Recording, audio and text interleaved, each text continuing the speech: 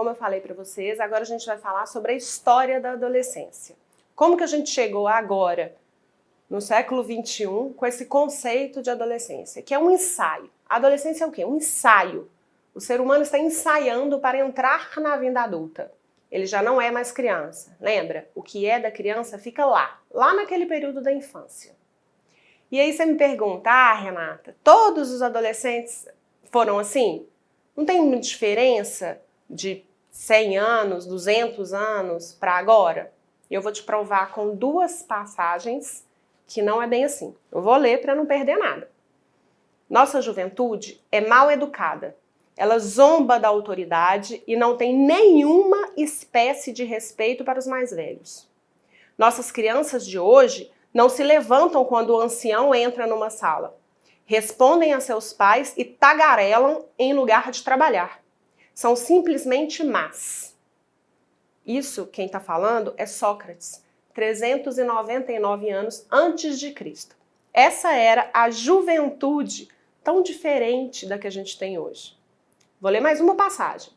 Esta juventude está corrompida até o mais profundo do coração. Os jovens são malfeitores e preguiçosos. Não são e nunca serão como a juventude de antigamente. Os de hoje não são capazes de manter a nossa cultura. Isso estava escrito em um jarro de argila, nas ruínas da Babilônia, há 3.000 anos antes de Cristo. Então tá vendo como é importante a gente saber que não é só os nossos adolescentes que são tão complicados? A juventude é assim, ela transgride, ela muda, ela questiona tudo o que acontece. O que vai mudar então, Renata, dos adolescentes, dos jovens tão antigos para o de hoje? São o que a gente tem de diferente no mundo de hoje. Lembra, na sua época, que seu pai chamava atenção? Sai da rua, sai da frente da televisão. Hoje o que muda? Sai da frente das redes sociais.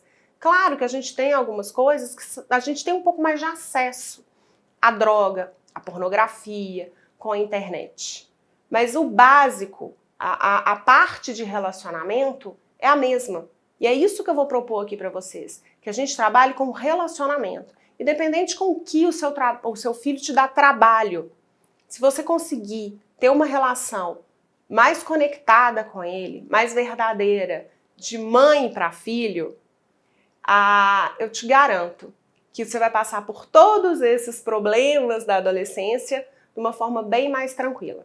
Antigamente, o que acontecia? As crianças com 8, 9 anos, elas já iam para fazer algum trabalho, logo no inicinho da puberdade. Vai trabalhar, vai fazer alguma coisa. Logo depois, com 12, 14 anos, eles já estavam se casando e construindo a sua família.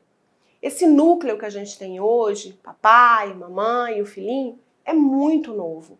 A gente precisa entender essa diferença. Porque senão o que acontece? A gente sufoca esse adolescente com muita proteção. E a gente vai ver quando eu falar um pouco mais sobre o cérebro adolescente, sobre esses mitos que tem na adolescência, o que acontece quando a gente super protege um adolescente. Eu já te garanto que a dignidade dele é tirada. É só no século XVIII que a gente começa realmente a estudar esse período da adolescência. Mesmo porque antes a gente morria muito cedo, A gente tem ali pessoas que viviam 30 e poucos anos, já eram velhas. Então a gente viver 100 anos, como a gente sabe que muitos vivem hoje, é muito novo. Por isso é tão atual que a gente vai falar aqui. E mais atual ainda são os estudos sobre o cérebro adolescente. Mais do que o cérebro de forma geral, o que acontece especificamente no cérebro durante aquele período. E eu vou dar um spoiler sobre esse cérebro, que a gente vai falar dele melhor um pouco mais pra frente. Ele chega no seu volume máximo entre os 12 e 15 anos, mas ele só vai chegar ao seu total amadurecimento com 24 anos. É por isso que quem aqui tem carro sabe que o seguro do carro é um pouco mais caro até os 24 anos, e depois ele tende a ficar um pouco mais barato, porque as seguradoras sabem dos riscos que esse cérebro tem no volante. Ele é o mais poderoso, mas ele é o mais perigoso. E aí, o que acontece? Você precisa ajudar o seu filho nesse amadurecimento. E quando você faz por ele, você tira a dignidade dele, como eu te falei. E agora eu quero que você pegue aquele caderno que eu te falei lá no início e anota tudo o que você faz para o seu filho, mas que você tem certeza que ele seria capaz de fazer. E aí eu sei que vocês estão aqui com idades diferentes, então vão desde arrumar a cama, arrumar a mochila para ir para a escola, arrumar o café da manhã, arrumar algum lanche da tarde. E dependendo da idade, se o seu adolescente, antes dos 24 anos, já está na faculdade e tudo mais, ele seria capaz de trabalhar para pagar a faculdade dele? Ele seria capaz de trabalhar para pagar o aluguel dele? Eu não estou falando porque a gente vai fazer nada disso.